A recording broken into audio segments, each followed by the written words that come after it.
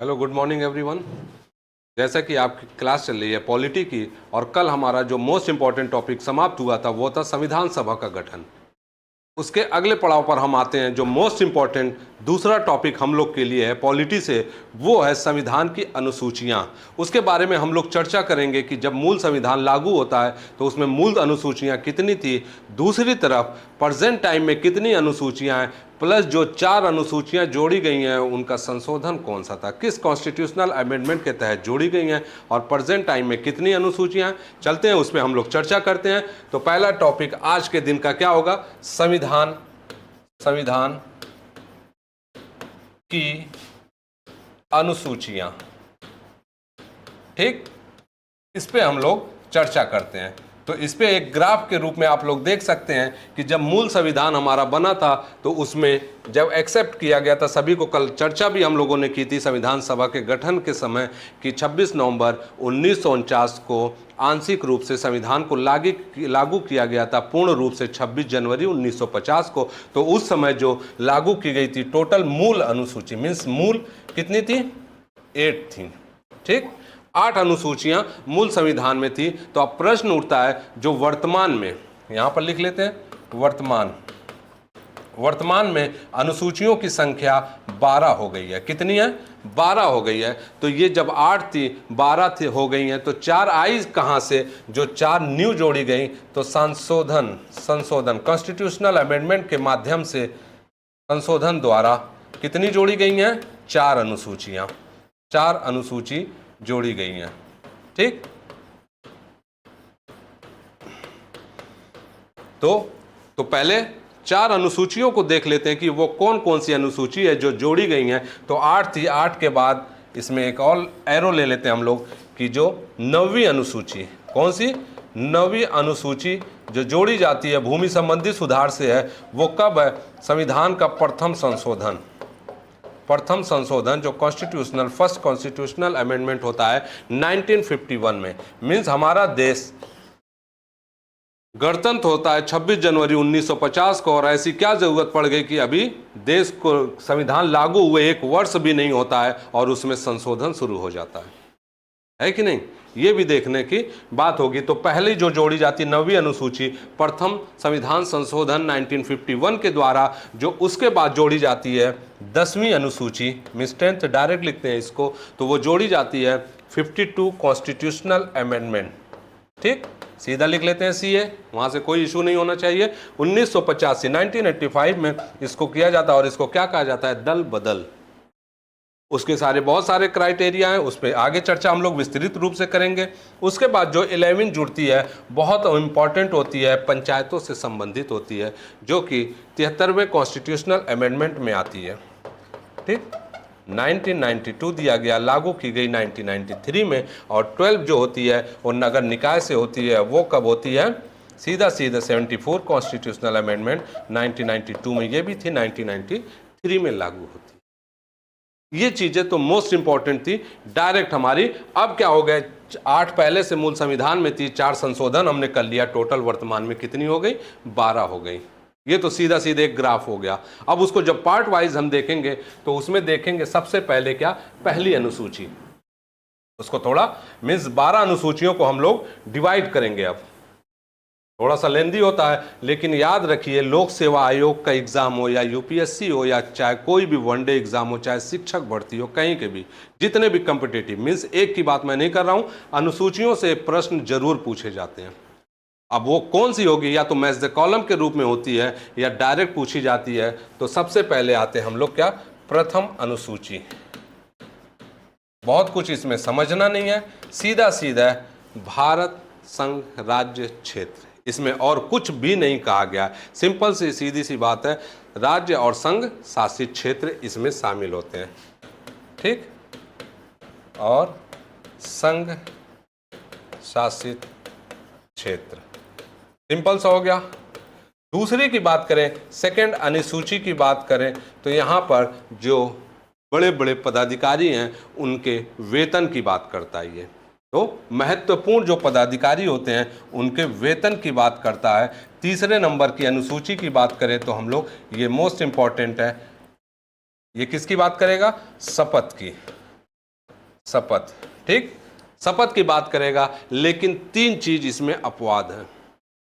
ये महत्वपूर्ण अधिकारियों की शपथ की तो बात करता है, लेकिन 3 चीजें इसमें अपवाद के रूप में शामिल होती है। और वो जो अपवाद में है, तो राष्ट्रपति का शपथ सभी को पता होगा किस आर्टिकल में है, उपराष्ट्रपति के शपथ की पद की बात करता है और राज्यपाल के पद की बात करता है। तो आर्टिकल 60 इसमें जो अपवाद है, सीधा लिख लेते हैं, 3 अपवाद के रूप में आते हैं। वो कौन से हैं? पहला, राष्ट्रपति, ठीक, प्रावधान आर्टिकल 60 में शपथ से संबंधित इसमें 3 बता दिए गए हैं कि 3 इसमें अधिकारी नहीं आएंगे। कभी भी आपके इनकेस क्वेश्चन पूछ दिया गया कौन से शपथ का प्रावधान किस अधिकारी के इसमें नहीं है, तो वो सीधा सीधा पहला आ जाएगा राष्ट्रपति के, क्योंकि आपको जब भाग 5 में पहुंचेंगे, आप 4 का आपका हो जाता है नीति निर्देशक तत्व प्लस मूल कर्तव्य, उसके जब 5 में पहुंचेंगे, संघ की शक्ति कार्यपालिका में निहित है। ये है ना प्रश्न। आर्टिकल 52, भारत का एक राष्ट्रपति होगा, 53 शक्तियां निहित होती है राष्ट्रपति में। दूसरी तरफ जब हम लोग पहुंचेंगे, एक दूसरा नाम इसमें देगा उपराष्ट्रपति, ठीक है, उपराष्ट्रपति। तो इसमें सिंपल सी बात होती है, उपराष्ट्रपति, इसका प्रावधान आर्टिकल 69 में शपथ की बात की गई है। तो याद रखिएगा, जहां से क्वेश्चन आपको सीधा सीधा प्रश्न पूछता है, सिर्फ 69, 169 दूसरे में आप पहुंच जाएंगे, पंचायत में विधान परिषद में पहुंचेंगे, उप राष्ट्रपति, सिर्फ 69, ठीक। 2 चीज यहां पर आ गई। तीसरा इंपॉर्टेंट क्या होता है कि राज्यपाल की बात होती है। तो राज्यपाल से संबंधित जो आर्टिकल दिया गया है 159 में दिया गया है, तो याद रखिएगा ये 3 अपवाद है। तीसरा नंबर जो है राज्यपाल, आर्टिकल 159। तो ये 3 ऐसे प्रमुख व्यक्ति हैं, या पद बोलेंगे, व्यक्ति नहीं बोलेंगे, यहां पर पद है, तो पद की जब बात करेंगे तो आर्टिकल 60 के हो जाएगा। आर्टिकल 69 अभी आज का डेट जो है सभी को पता होगा, जगदीप धनखड़ जो 14वें राष्ट्रपति थे, असमय उन्होंने त्यागपद दे दिया। कार्यकाल उनका 2027 में समाप्त हो रहा था, लेकिन उन्होंने त्यागपद दे दिया और आज 9 सितंबर है और आज ही के दिन उपराष्ट्रपति का चुनाव भी होने जा रहा है। कुछ ही देर में उपराष्ट्रपति का चुनाव हो जाएगा, तो 15वें राष्ट्रपति के लिए चुनाव होगा। राधा कृष्णन और कोई सुदर्शन रेड्डी करके 2 कैंडिडेट इसमें शामिल हो गए। तो इसमें याद रखिएगा, यहीं से एक और क्वेश्चन बन जाता है कि उपराष्ट्रपति के वोट में, मीन्स कौन लोग उपराष्ट्रपति के वोट में भागीदार होते हैं, कौन वोट देता है। तो हमेशा याद रखिएगा, राष्ट्रपति के, सिंपल सा डायरेक्ट उसको लिखेंगे नहीं, याद रखिएगा राष्ट्रपति के चुनाव में भाग लेने वाले कौन से होते हैं, दोनों सदनों के निर्वाचित सदस्य। जो वर्ड निर्वाचित है ना, इसको ध्यान रखिएगा आप लोग, निर्वाचित। बात चल रही थी अनुसूची की, लेकिन बात आ गई उपराष्ट्रपति की। आज इलेक्शन भी हो रहा है 15वें के लिए, तो उस पर आ गई। तो राष्ट्रपति में दोनों सदनों के निर्वाचित होते हैं, प्लस स्टेट, राज्य विधानसभा, ठीक, विधानसभा, प्लस दिल्ली, पौंडीचेरी और जम्मू कश्मीर की विधानसभाएं इसमें शामिल होती हैं। और याद रखिएगा सभी में ये निर्वाचित वर्ड। और इलेक्शन आज किसका हो रहा है, उपराष्ट्रपति का। जब उपराष्ट्रपति का इलेक्शन हो रहा है तो चर्चा बनेगी, एग्जाम में क्वेश्चन भी पूछा जाएगा, इसमें शामिल कौन होता है, तो शामिल होंगे दोनों सदनों के, मीन्स लोकसभा प्लस राज्यसभा के सभी सदस्य। दोनों में डिफरेंस क्या है, दोनों सदनों के, ठीक, मीन्स सिर्फ लोकसभा राज्यसभा, इसमें ना विधानसभा आएगी, ना दिल्ली पौंडीचेरी, ना जम्मू कश्मीर आएगा। दोनों सदन में लोकसभा राज्यसभा के जो सांसद होते हैं वोट करेंगे। बस ये याद रखिएगा, इसमें सभी सदस्य हो जाएंगे। राष्ट्रपति में सिर्फ निर्वाचित, और निर्वाचित में कौन से होंगे ये याद रखिएगा, क्योंकि राज्यसभा में राष्ट्रपति को अधिकार है कि 12 लोगों को नॉमिनेट करता है ना, 12 लोग को नॉमिनेट करता है राष्ट्रपति, जो कि आयरलैंड के संविधान से प्रावधान इसका किया गया था, और 2 एंग्लो इंडियन का करता था, वो समाप्त कर दिया गया लोकसभा वाला। तो अब 12 लोग को नॉमिनेट करता है। तो इसी तरह आपके राज्य विधानसभा में भी निर्वाचित होते हैं एक लोग, जब वहाँ से होते हैं 6 लोग होते हैं विधान परिषद में, 1 होता है आपका एंग्लो इंडियन राज्य विधानसभा में। तो उन दोनों को जो मनोनीत होंगे, हमेशा याद रखिएगा, वो राष्ट्रपति में कभी भाग नहीं लेंगे, वो सारे भाग लेंगे सभी सदस्य उपराष्ट्रपति के। आज इलेक्शन हो रहा है, शाम में रिजल्ट भी आ जाएगा, कौन जीतेगा कौन नहीं हारेगा वो बात की बात है। हम लोग चर्चा कर रहे थे, तीसरी अनुसूची समाप्त होती है, ठीक। तो चौथे पे हम लोग चलते हैं, फोर्थ आते हैं, फोर्थ अनुसूची। ठीक, सभी को पता है जिसके लिए बात हो रही है, जिसका प्रमुख होता है, जो उपराष्ट्रपति चुना जाएगा, वो स्वतः क्या होता है, राज्यसभा का पीठासीन अधिकारी मीन सभापति होता है। तो उसी राज्यसभा में सीटों का आवंटन क्या होता है, सीटों का आवंटन की बात की जाती है। ठीक, कितने पे कितनी सीट होगी, किस राज्य को कितनी दी जाएगी। जैसे प्रेजेंट टाइम में उत्तर प्रदेश की बात की जाए तो उत्तर प्रदेश में राज्यसभा कितनी सीटें हैं, 31 है। लोकसभा कितनी है, 80 है। तो ये चीज़ याद रखिएगा। इसके बाद आते हैं हम लोग मोस्ट इंपॉर्टेंट 5वीं अनुसूची। कौन सी है, 5वीं अनुसूची। जब इसमें हम लोग चर्चा करेंगे तो इसमें आ जाएंगे नॉर्थ ईस्ट राज्यों में, आसाम, मेघालय, मिजोरम, त्रिपुरा, है कि नहीं, चर्चा है। और बार बार क्वेश्चन पूछा जाता है, निम्न में से किसका उल्लेख 5वीं अनुसूची में नहीं किया गया है, तो वो कौन से होंगे। तो याद रखिएगा, इसमें चारों नाम आसाम, मेघालय, मिजोरम एंड त्रिपुरा। ठीक, आसाम, मेघालय, मिजोरम एंड त्रिपुरा के यहाँ के क्षेत्रों की बात की जाती है, विकास की बात की जाती है, सामाजिक रूप से, शैक्षिक रूप से, आर्थिक रूप से। दूसरी चीज क्या होती है कि एक आर्टिकल 6 जो अनुसूची है वो भी इसी से संबंधित है। दोनों का भी आपको समझा दिया जाएगा कि किसकी क्या बात हो रही है। फिर यहाँ पर भी यही नाम आएंगे, आसाम, मेघालय, मिजोरम एंड त्रिपुरा। ठीक, त्रिपुरा। टोटल चारों नॉर्थ ईस्ट के ये राज्य हैं।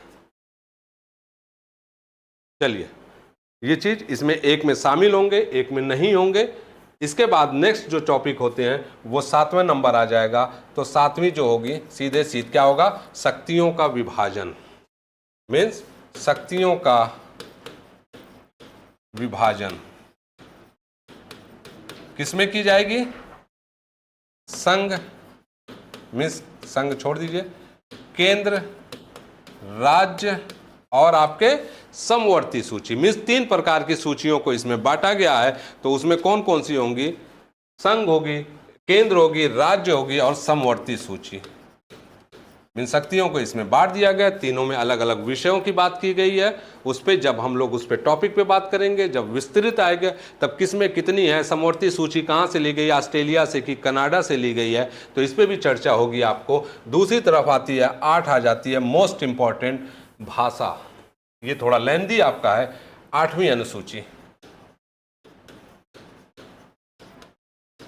8वीं अनुसूची ये किससे संबंधित है, भाषा से।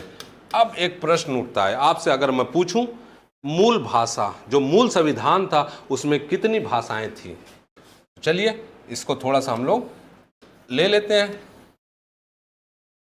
याद रखिएगा, मूल संविधान में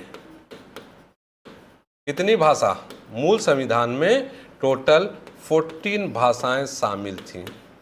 ठीक है, भाषा थी, ऐसे लिख लेते हैं, याद हो जाएगा आपको।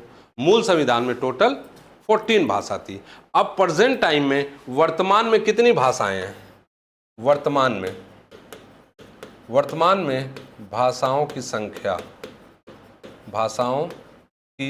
संख्या कितनी है, टोटल 22।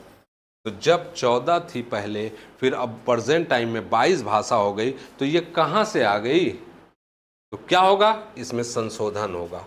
तो संशोधन पहला ही होता है। पहला जब संशोधन होता है तो 21वां संशोधन, कॉन्स्टिट्यूशनल अमेंडमेंट 21। ठीक है, जब 21वां संशोधन होता है तो इसमें कौन सी जुड़ती है भाषा, वो याद रखिएगा आप, 1967 में ये होता है। इसके बाद इसमें जो भाषा जुड़ने वाली है वो सिंधी हो जाती है। जो सिंधी जुड़ेगी तो ये क्या हो जाएगी, 15वीं भाषा। ठीक, सिंधी जुड़ गई, 15वीं भाषा हो गई। इसके बाद इसको थोड़ा सा अलग से लिख लेते हैं हम लोग, यहाँ पे लिख लेते हैं ना, 1967 21वां संशोधन। फिर उसके बाद क्या होता है, सरकार ले आती है एक और प्रस्ताव, तो उसमें होता है 21वां होता है 71।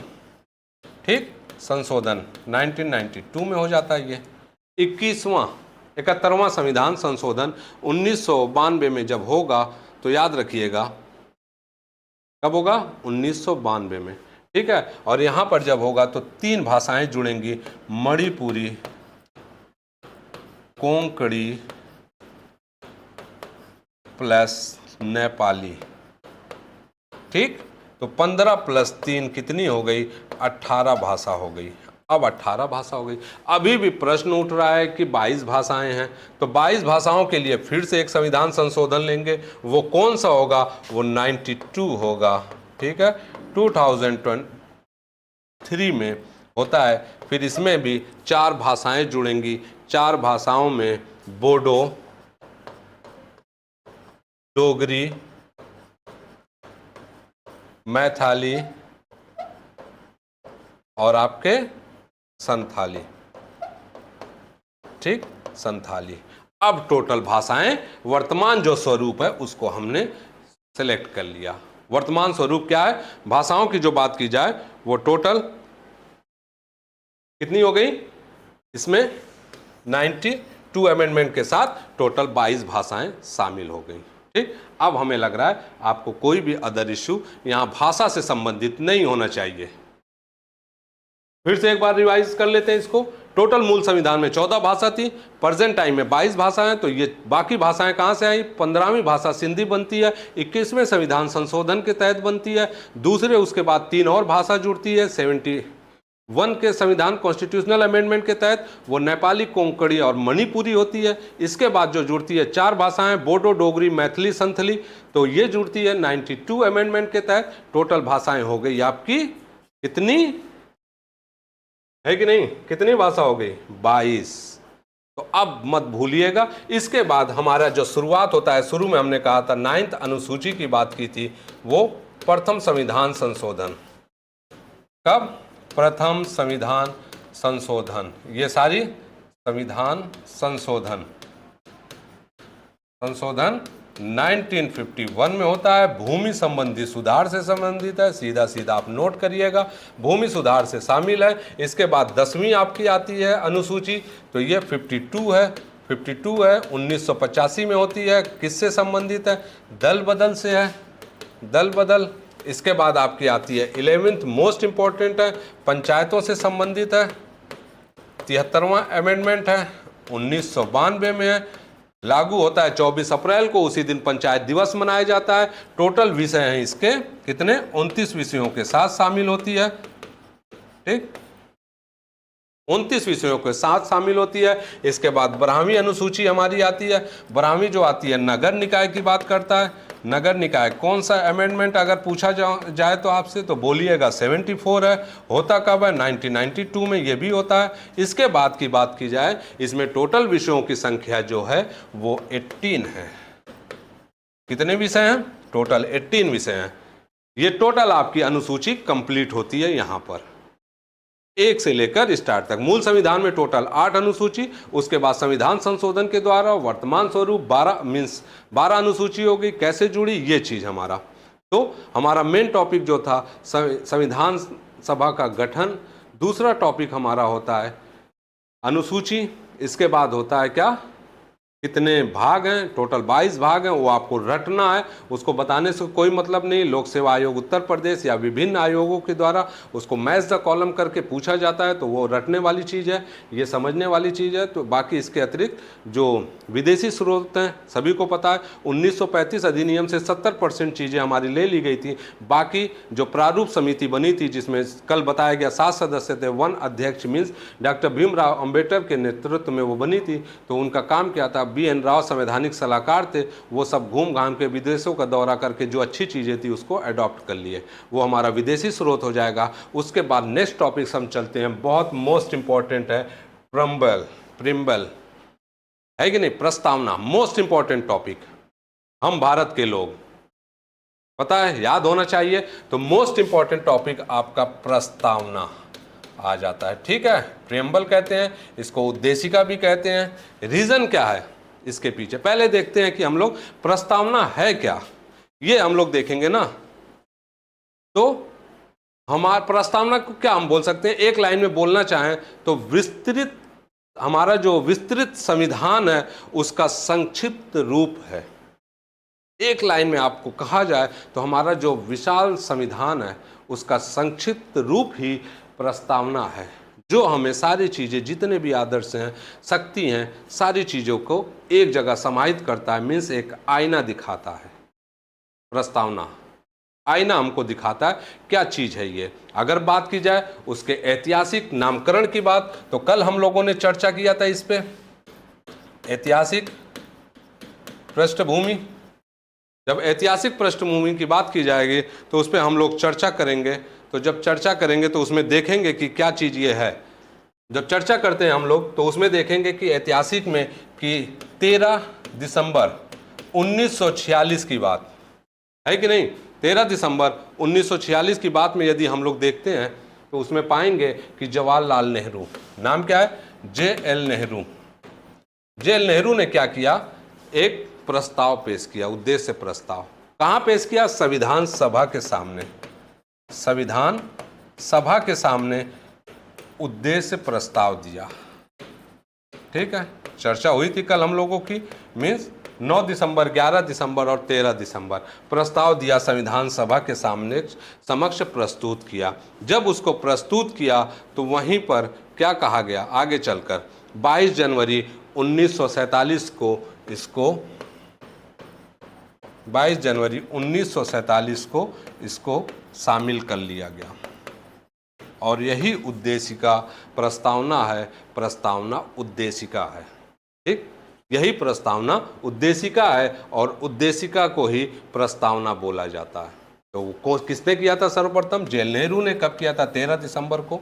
ठीक, ये चीज़ यहाँ प्रस्तावना के थोड़ा सा ऐतिहासिक और नामकरण की बात हो जाती है। फिर यदि बात किया जाए प्रस्तावना से संबंधित वाद की बात की जाए, इससे संबंधित वाद की बात की जाए तो सबसे पहले इसमें दो ही वाद को आप याद रखिएगा कि संशोधन हो सकता है कि नहीं, प्रस्तावना संविधान का भाग है कि नहीं। तो एक केस आता है बेरुवारी वाद। ठीक है, बेरुवारी वाद नाम आप लोगों ने सुना होगा, बहुत चर्चित नाम है। 1960 में इसमें क्या कहा गया था कि 1960 का वाद है। इसमें सिंपल सा क्या कहा गया था कि संविधान न्यायालय द्वारा प्रस्तावना को संविधान का भाग नहीं माना गया था। इसमें क्या कहा गया था, न्यायालय द्वारा प्रस्तावना को संविधान का भाग नहीं माना गया था, संविधान का भाग नहीं। सिंपल सा याद रखिएगा। तब इसी के अपोजिट में एक और केस आता है, बहुत चर्चित नाम है, केशवानंद भारती वाद वर्सेस केरल। कब आता है, 1973। ठीक, इसमें आता है। और इसने क्या किया, बेरुवारी का वाद पलट दिया और कहा गया प्रस्तावना संविधान का भाग है। ठीक, संविधान का भाग है। सिंपल सा याद रखिएगा, संविधान का भाग है, यहां पर बोला गया। इसके बाद देखते हैं मेन चीज, तो इसमें इसी अकॉर्डिंग क्या होते हैं, 42वें संविधान संशोधन, बहुत इंपॉर्टेंट। कॉन्स्टिट्यूशनल अमेंडमेंट कब होता है, 1976 में होता है। और एकमात्र बार अभी तक जो भी संशोधन हुए हैं प्रस्तावना में, वो एकमात्र बार हुए हैं। और वो कब हुआ है, 42वें संविधान संशोधन के द्वारा इसमें 3 चीजों को जोड़ा गया। क्या क्या था वो, बताइए आप लोग। समाजवादी नहीं, समाजवाद। सेकेंड, पंथ निरपेक्ष। ठीक, पंथ निरपेक्ष। चौथा, अखंडता। ये 3 42वें संविधान संशोधन द्वारा जोड़े गए और जो एकमात्र बार हुआ है, ये याद रखिएगा। एकमात्र बार संशोधन हुआ है हमारे प्रस्तावना में, प्रियम्बल में, तो वो एकमात्र यही हुआ है। उसमें 42वें कॉन्स्टिट्यूशनल अमेंडमेंट 1976 में होता है और उसमें समाजवाद, पंथ निरपेक्ष, अखंडता 3 शब्द को जोड़ा जाता है। ठीक, ये थे आज मेन टॉपिक। इसके बाद हम लोग थोड़ा सा चर्चा कर लेते हैं कि प्रस्तावना के स्रोत क्या क्या हैं। चर्चा होती है, कहाँ से लिया गया, कैसे लिया गया, उसकी भाषा कहाँ से आई, उसमें कितने प्रकार के न्याय की बात की गई है, कितनी प्रकार की स्वतंत्रता की बात की गई है, अखंडता क्या है, समानता क्या है, बंधुत्व क्या है ना। ये सारी चीज़ें आप पढ़ते होंगे, लोक सेवा आयोग द्वारा पूछा भी गया है। तो जब वो पूछा गया है तो उस पर हम लोग थोड़ा सा चर्चा कर लेते हैं। ठीक, प्रस्तावना के स्रोत, सिंपल सा लिखते हैं यहीं पे के स्रोत। ठीक, आ जाते हैं हम लोग अपने टॉपिक पर। स्रोत की यदि बात की जाए, सिंपल लाइन में, बहुत ज़्यादा इसमें आपको सोचना नहीं है, तो प्रस्तावना का विचार कहाँ से लिया गया है। प्रस्तावना का विचार कहाँ से लिया गया, क्वेश्चन कई बार पूछा गया है। ये अमेरिकी संविधान से हम लोगों ने लिया है। दूसरी तरफ इसकी बात की जाए, प्रस्तावना की भाषा है, प्रस्तावना की भाषा की बात की जाए तो कहाँ से ली गई है, ऑस्ट्रेलिया। ये बहुत इंपॉर्टेंट है। रीज़न है कि बार बार आपके आयोग या विभिन्न जो कॉम्पिटिटिव एग्जाम कराते हैं वहाँ पे ये बार बार पूछा गया, जो प्रस्तावना हमारा उसकी भाषा कहाँ है। दो चीज़ इसमें फैक्ट है, याद रखिएगा। प्रस्तावना का विचार हमने लिया है अमेरिका से, लेकिन जो उसकी भाषा है, भाई विचार अलग चीज़ है, भाषा अलग है। जो भाषा हमने लिया है वो कहाँ से, we are the people of India, है ना, हम भारत के लोग। तो उसकी जो भाषा है वो हम लोगों ने ऑस्ट्रेलिया से ले लिया, लेकिन विचार अमेरिका से ले लिया। अब दूसरी चीज क्या आती है, सभी को पता है, 3 प्रकार के न्याय की बात करता है। न्याय, है ना, राजनीतिक, आर्थिक, चलिए 3 प्रकार के न्याय की बात करता है ये। तो न्याय की जब बात करेगा तो सामाजिक है, आर्थिक है, राजनीतिक, लिख लेते हैं, सामाजिक, आर्थिक, राजनीतिक न्याय। कहाँ से हमने लिया है, ये रूस के संविधान से लिया है। कहाँ से लिया है, सिंपल सा याद रखिएगा, रूस के संविधान से लिया गया है। दूसरी चीज अगर बात करें स्वतंत्रता, स्वतंत्रता, समानता, बंधुत्व, है ना, ये कहाँ से लिया गया है, ये फ्रांस के संविधान से। स्वतंत्रता, समानता, बंधुत्व की परिकल्पना जो की गई है वो कहाँ से ली गई है, तो फ्रांस के संविधान से हमने लिया है। तो ये स्रोत है, प्रस्तावना के स्रोत, जो मोस्ट इंपॉर्टेंट है आज के मेन टॉपिक में, ये मोस्ट इंपॉर्टेंट है। रीज़न है, थोड़ा सा रिवर्स हम लोग चलते हैं। प्रस्तावना का नामकरण है, सीधा सीधा याद रखिएगा। तो सर्वप्रथम जवाहरलाल नेहरू द्वारा 13 दिसंबर 1946 को संविधान सभा के समक्ष प्रस्तुत किया गया था उद्देश्य प्रस्ताव। वही आगे चलकर क्या बनता है, आपके प्रस्तावना बनता है। इसीलिए कहा भी जाता है उद्देशिका ही प्रस्तावना है, प्रस्तावना ही उद्देशिका है। फिर उसके बाद हम लोग चर्चा करते हैं उससे वाद संबंधी बेरुवारी वाद में कहा गया ये भाग नहीं है संविधान का, लेकिन जब केशवानंद भारती वाद वर्सेस केरल राज्य 1973 आता है तो उसमें कहा जाता है प्रस्तावना का वाद। संशोधन की यदि बात किया जाए तो विशिष्ट बहुमत के द्वारा, सभी को पता है इसमें संशोधन होगा, जिसमें एक ही मात्र बार इसमें संशोधन किया गया है, 3 वर्ड जोड़े गए हैं 42वें कॉन्स्टिट्यूशनल अमेंडमेंट 1976 के अंतर्गत, जिसमें 3 शब्द क्या है, समाजवाद, पंथ निरपेक्ष और अखंडता की बात की जाती है। जब उसके स्रोत पे हम लोग आएंगे, स्रोत की बात करेंगे, तो प्रस्तावना का विचार हमने लिया है अमेरिका के संविधान से। लेकिन यदि भाषा की बात आ जाए तो भाषा हमने लिया है कहाँ से, ऑस्ट्रेलिया के संविधान से। इसके अतिरिक्त अगर न्याय की बात की जाए, जो हमें 3 प्रकार के न्याय, अक्सर आयोग ने भी पूछा है इसको, प्रश्न यूपी पीसीएस आयोग ने विशेषकर, तो उसमें पूछा है 3 न्याय की बात की थी। तो 3 प्रकार के न्याय, सामाजिक, आर्थिक, राजनीतिक न्याय, तो वो कहाँ से लिया गया, रशिया के संविधान से लिया गया है। इसके बाद हमारे पास आता है स्वतंत्रता, जो आर्टिकल 19 में आपने देखा होगा। तो स्वतंत्रता है, समानता है, बंधुत्व है, ये कहाँ से लिया गया, हम लोगों ने फ्रांस से लिया गया है। तो चलिए ये चीज़ें थी। अब थोड़ा सा चर्चा हम लोग इसके बाद करते हैं कि प्रस्तावना का उद्देश्य आज का, इसके अंतर्गत अंतिम टॉपिक हम लोग देख लेते हैं। प्रस्तावना का उद्देश्य क्या है, कितने प्रकार के क्या न्याय है, कितने प्रकार के आपकी स्वतंत्रता है, सारी चीज़ों को हम लोग लिख लेते हैं यहीं पर एक लाइन में, इसको समझ लेंगे ताकि भविष्य में आपके काम आएगा। ठीक है, तो इसमें हम लोग लेते हैं तो 3 प्रकार के न्याय उद्देश्य में आते हैं हमको। 3 प्रकार के न्याय सभी को प्रदान किए जाएंगे। सामाजिक न्याय, ठीक, सामाजिक न्याय, आर्थिक न्याय, उसके बाद क्या होता है, सामाजिक न्याय, आर्थिक न्याय और आपका राजनीतिक न्याय, ठीक, इसकी बात करता है। इसके बाद आते हैं हम लोग स्वतंत्रता की बात, ठीक है। स्वतंत्रता की बात यदि देखी जाए इसमें, तो सिंपल सा याद रखिएगा, टोटल 5 प्रकार की स्वतंत्रता बताई गई है। कितने प्रकार की? ये 3 प्रकार के हैं, स्वतंत्रता 5 प्रकार की, ये याद रखिएगा।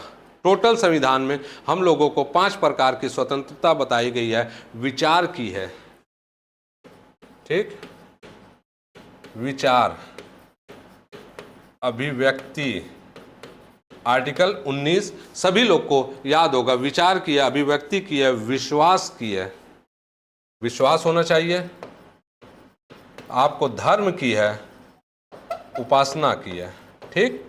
ये चीजें हमको 5 प्रकार की स्वतंत्रता बताई गई है। तो दूसरी तरफ, ये हमारा ये टॉपिक हो गया। दूसरी तरफ हमको क्या क्या है, 2 प्रकार की समता बताई गई है। किसकी समता है? 2 प्रकार की समता, ठीक है। 3 प्रकार के न्याय, 5 प्रकार की स्वतंत्रता, 2 प्रकार के आपके, एक प्रतिष्ठा, एक अवसर, सारी चीजें यही है। 2 प्रकार के समता की बात की गई है। इसके बाद अंतिम आता है एक प्रकार के, क्या बात की गई है? बंधुत्व की भावना की बात की गई है। एक प्रकार के बंधुत्व की भावना, ठीक, एक प्रकार के बंधुत्व की भावना की बात की गई है। और क्या कहा गया? जो देश की एकता और अखंडता को बनाए रखेगा, ठीक है। जो देश की जो बंधुत्व होगा, इसी के अकॉर्डिंग तो एकता और अखंडता बनेगी। एकता और अखंडता को बनाए रखेगा, देश के लिए जरूरी, इस तरह लिखिए, देश के लिए जरूरी, ठीक। जब एकता बंधुत्व की भावना होगी आपस में, जैसे प्रेजेंट टाइम में आप देख रहे होंगे इस समय संप्रदायवाद, जातिवाद, सारी चीजें हैं। इस समय खासकर देश को सबसे ज्यादा नुकसान संप्रदायवाद से पड़ रहा है, सांप्रदायिकता से पड़ रहा है।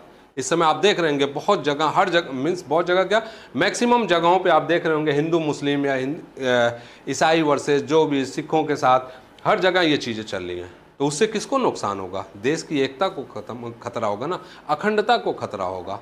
तो उसी लिए क्या कहा गया, ये चीज़ें हमको संविधान ने प्रदान कर दी। इसके अतिरिक्त उल्लेख कहाँ है? नीति निर्देशक तत्वों में 3 प्रकार के न्याय की बात वहाँ करता है। ये जो चीज़ें हैं, ये सारी चीज़ें इसकी बात कहाँ पर करता है? मूल अधिकार। जब आप जाएंगे वहाँ पर पढ़ेंगे इसके बाद अगली क्लास में, तो उसमें ये सारी चीज़ें एक्सप्लेन कर ली जाएगी। तो ये मत सोचिए कि ये चीज़ हम लोग बहुत डीपली जाकर पढ़ रहे हैं।